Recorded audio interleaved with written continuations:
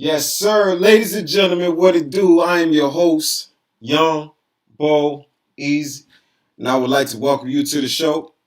You are now tuned in to Knicks and Dimes. All right, man. Listen, season opener at the Garden. You couldn't paint this one any better. Knicks get the dub, 138 to 134. Celtics, man, gave us a hell of a game. Gotta show love, gotta show respect, man.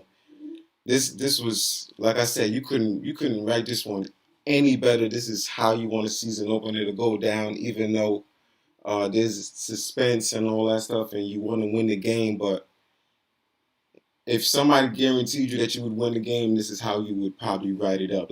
And you still couldn't get it as good as this. But nonetheless, man, we're gonna keep going into this. I got the stats that I'm gonna start off with. Knicks leaders, man, we got R.J. Barrett, 19 5 and 2 with 2 blocks. Randall, 35 8 9 and 3 blocks. I thought he was definitely going to get 20 and 10. Very rarely he does not. I mean, he fails to get 10 rebounds, but that didn't matter. He got close to a triple double. Like I said, 35 8 and 9 with 3 blocks. 32 6 and 3, 4 steals and a block for Evan Fournier. Mitch Robinson went 11, 17, 3, and 2 blocks. Obi Toppin, 14, 5, and 1 block. All right. Celtics, Jaylen Brown, who showed out tonight, made a bunch of records, man, up there on the list with leading scores for opening games. Definitely exceeded the record for the Celtics, as far as the Celtics go in history, opening game. 46, 9 and 6, 3 steals, 1 block. Marcus Smart, 15, 8, 6, 2 steals. Robert Williams, 16, 10, 3 steals, 5 blocks. Definitely worth that contract, man. He was going nuts today. Um, Tatum, 20 and 11, but he shot 7 for 30 from the field. That's something we definitely going to get into. Grant Williams, 15, 5 and 4, gave Boston definitely some points, much needed points that on our end we had to sacrifice, but we're going to keep going with it. Dennis Schroeder, 12, 2, 8, and 2 steals. Langford, 10 and 3. He was 4 for 4 to start the game, but then he disappeared after that. Uh, man, listen, this game was just, oh man, top to bottom, fun to watch, man, and suspenseful, and it was just everything you want in a Knicks game, and no, not too many games could give you that feeling like a Knicks game, let alone the Knicks game in the Garden. You could feel it through the screen. It's next level. Um, First quarter, man, Jaylen Brown pretty much killed us by himself. 20 points to finish the quarter. Killed us on every tier, man. Like outside, inside, mid range, putting on moves, man. He's definitely looking much more seasoned. It's good to see him healthy over everything, but he's looking much more seasoned to begin this season. And if this continues, man, it's a great look for him as an individual. Second quarter, uh, we didn't. First off, first quarter we didn't come with that energy. It was good. But it was just Jaylen Brown. We needed to do something with him. So it wasn't the worst energy. It was nothing like those last two preseason games that we went through. It's definitely better energy than that. But it's something that we could definitely build on, especially when it's just one person mainly that's torching you. But moving on to the second quarter, that's when uh, I won't even say we, uh, Randall pretty much carried the whole squad because it was looking stagnant. My only problem with it was the ball movement stopped for a while, you know. But granted, you know when your star's hot, you ride your star. Pause. It was going phenomenally. He went on a run pretty much by himself. Uh, just he just it was just great, man. So we fought back to get into 4 points, 58-54 going into the half, which wasn't bad because we were definitely. I think we had a double digit. Uh, I mean, we were trailing by double digits at a certain point there, and it was not looking good 34-45 at a certain point, but then we fought back to make it 54-58 going into the half. So entertaining. As a Knicks fan, I kind of, and knowing our team, that build of our team, that constant fight that we have, I knew that we would get back into it. But you still don't want to see us in the hole that early, especially to the Celtics, and in reality to one person. It just, I would pretty much say the standouts were Romeo Langford and Jaylen Brown first half, because it was just like I said, Romeo Langford was 4 for 4, and then it was after he disappeared. But anyway, going into the third quarter, man, was the R.J. Barrett and the Obi Toppin show.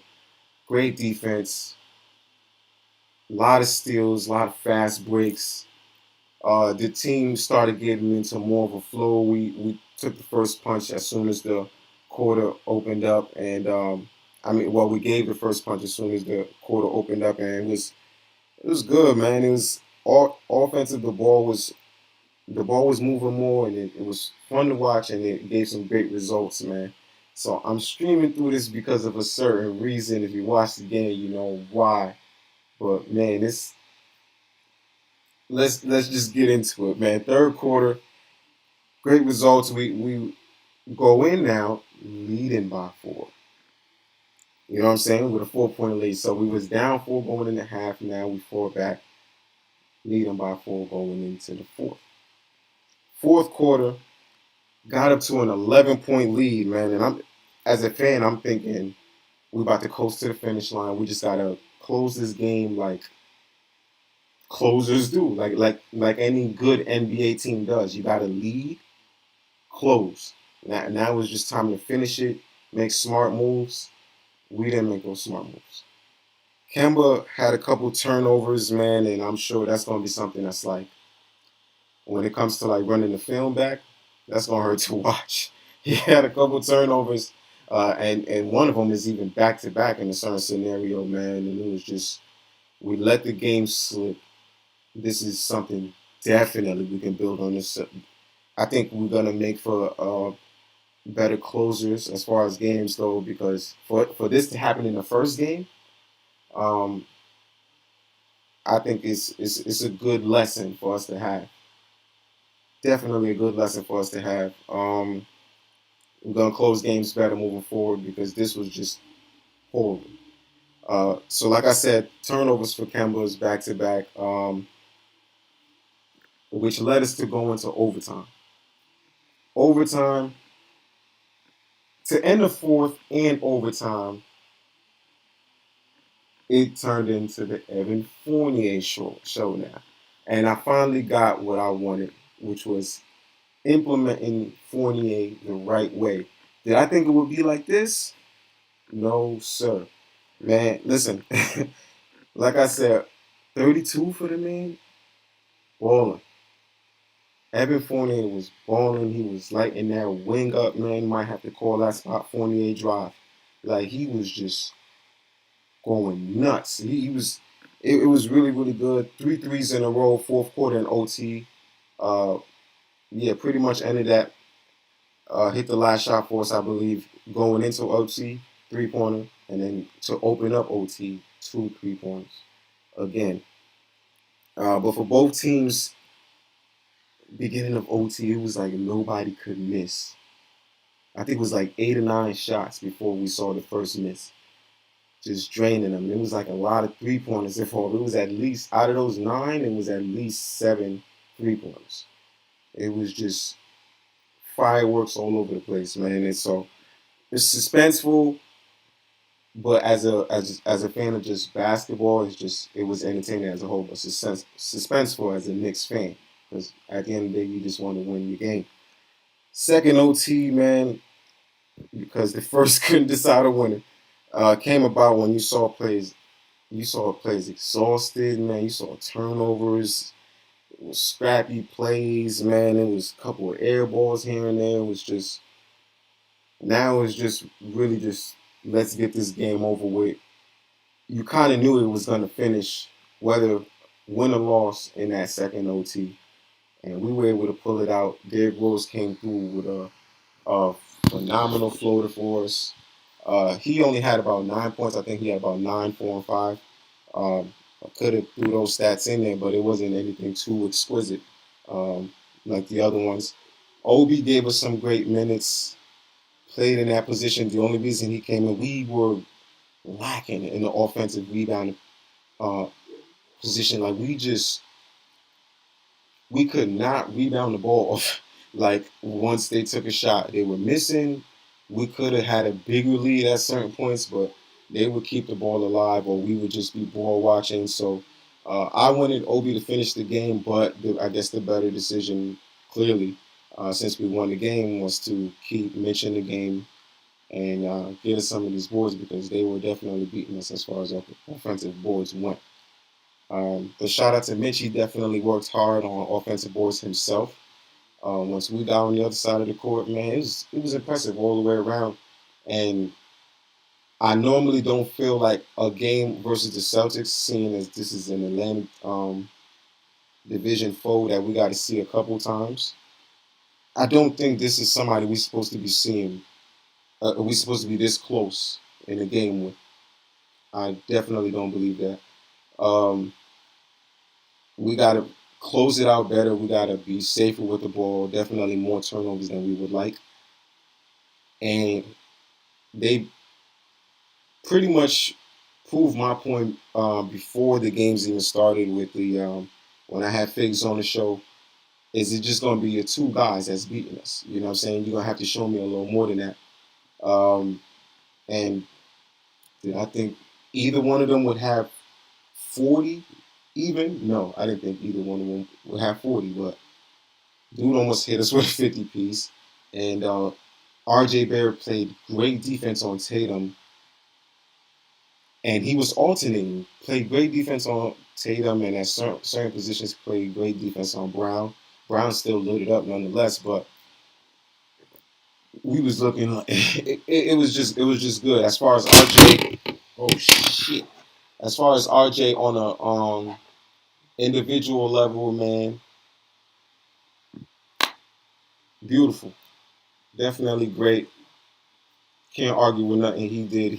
He wants to he wants to build up on that defensive side, and today he showed that he had a great test to start off this season. So now seeing as Tatum is one of the elite scorers, you have more confidence in him going with the rest of the league. You know what I'm saying? So this is definitely I got thrown off by that whole little distraction just now, but pardon me. Uh, Here we go again. Technical difficulties. Um, but yeah, man. Listen, great game today.